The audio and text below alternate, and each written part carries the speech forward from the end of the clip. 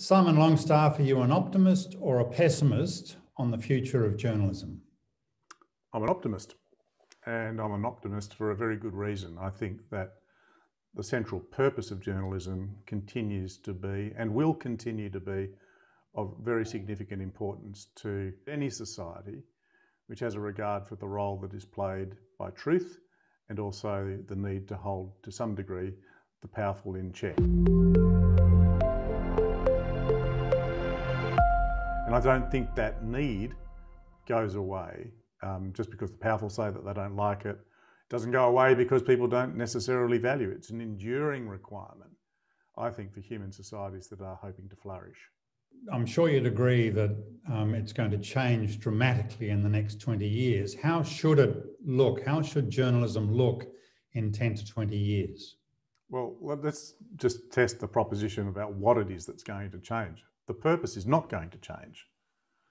The defining good that journalists seek to achieve, which is namely the truth, to seek it out, to publish it, and then on the basis of that truth to enable citizens, say in a democracy like ours, to hold people accountable, that's just not going to change. What might change is the various practices or platforms or other things that journalists use to go about their craft. But that, I think, in 20 years will quite possibly look different. There'll be different means. So journalists, for example, may have a much greater array of tools available to them. They might, for example, be using big data and AI to interrogate public databases that compare what people said at one point to what they say today or do today, to compare the difference between what people claim and what they actually do. But they'll still need someone like the journalist who can bring a human mind to bear, who can say, why is it important? What does it deal with that are central to the interests of the people involved? And it's up to journalists to decide whether or not they want to continue to fulfill that function. What do you mean it's up to journalists? Well, it's ultimately up to journalists to say, do they want to take this on? Do they see a value in truth? That they care about being beaten up from time to time by the powerful and the wealthy who don't like being exposed to scrutiny? Do they still have the courage of their commitment to do that? The thing that will bring down journalism will not be publishers, it won't be governments. It will be journalists themselves losing their ticker. Well, that's in fact what's been happening, hasn't it? No, not because they've lost their ticker, but because the money's flowed out of journalism. So there are less journalists having to do more stories across more channels. Yeah, and that's a big question for society. It's a bit like, why do we have public health? Why do we have legal aid? Why do we have any of these things which guarantee things which are essentially good for society? You need to invest enough as a society in things like truth and in things like accountability to maintain the quality and character of that society you have. I know it's tough when it's something which is not yet found its business model to sustain it. But I think we'll sort it out because deep down, that is, we as society will give people the choice. It'll be a legitimate choice. Yes, I want to be a journalist, and yes, I can subsist. I may not be the richest person in society, but I can get by, I can live a good life. And the other thing about this, Peter, which I think is probably going to help, and this is a much larger change that's going to affect society, is that I would bet that because of the effects of automation, AI, robotics, and all the rest, that we will eventually get to a point where something like a universal basic income is introduced into societies like Australia, and we'll certainly be wealthy enough to afford it. And I don't think there'll be enough jobs in the traditional sense to go around, but there'll be plenty of work. Yeah, so from the audience's point of view, the issue is about the trustworthiness of journalists, which brings us to certification. And you, the Ethics Centre and the Alliance for Journalist Freedom are collaborating on developing the concept of a voluntary certification program for journalists. Where does that fit into the matrix for the future, do you think?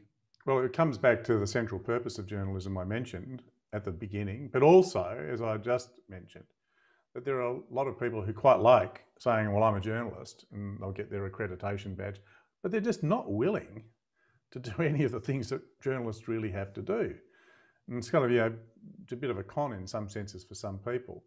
But no one's suggesting that they be knocked out of the profession or the industry. I mean, there'll be plenty of people like that always. This initiative is rather for those who say, we want to commit to the excellence of our craft. So no one's forced to do it. Look, the model, it's so obvious. It's around us all everywhere else. If you look at someone who, say, studies medicine, they can go in and they can practice medicine and, it can be whatever they want to be, as long as they stay within the lanes that, the various regulatory authorities hold. And in return for that, doing the right thing, they're given certain privileges.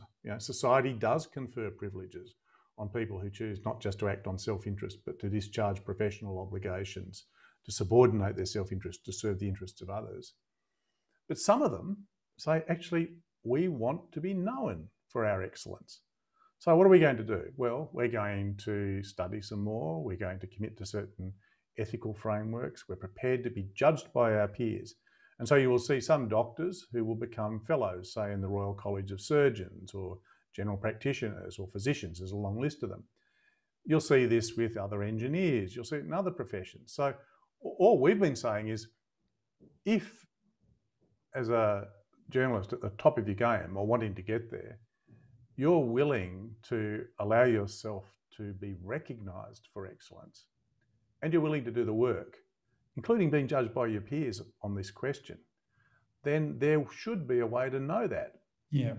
So the Alliance for Journalist Freedoms sees it as sort of three legs on a stool. On one leg is a certification program that raises standards. The second leg is about what is journalism, who's in and who's out, because the future won't necessarily be about people who are employed by The Australian or The Age. There'll be many more niche publications and experimental journalism. On the third leg is a Media Freedom Act, which kind of ties it all together so that judges and others have an understanding of the role of journalism in society, which it doesn't have at the moment. Is that how you see it? I do, because it's a completely unremarkable sort of proposition. I mean, society, as I said, is always saying to those people who make these additional commitments that they will recognise that they do so in the public interest, and there's a kind of social compact. So the most recent case you might know, and people could do, is around financial advisors. They used to be, in many cases, sales agents for particular companies with particular products. And a few years ago, the federal government decided that they needed to have an accelerated arc towards becoming a profession. And so they put in place various regulatory, educational, ethical, a whole lot of different standards. But what they've also said is you can't call yourself a financial advisor in public if you don't meet those standards. And remember, when a government does something like that for financial advisors or doctors or potentially for journalists, it's never doing it because they're saying, oh, let's do a favour for the doctors or the financial advisors or the journalists. They're only ever doing it, as is quite appropriate in a democracy, because to do so is in the public interest. It's some public good that is secured by entering into that social compact, whether it's health or better advice, including for those who've got the least means to pay for it, or in this case, truth. And the great thing here is, and this is why government struggle a bit, is that they don't always like the truth, they don't like the accountability, but if they set aside their individual political or personal interest and ask what's best for society and one like us, then that's what you do. Simon Longstaff, interesting as always. Thank you very much on World Press Freedom Day. Really appreciate it. Thanks, Peter.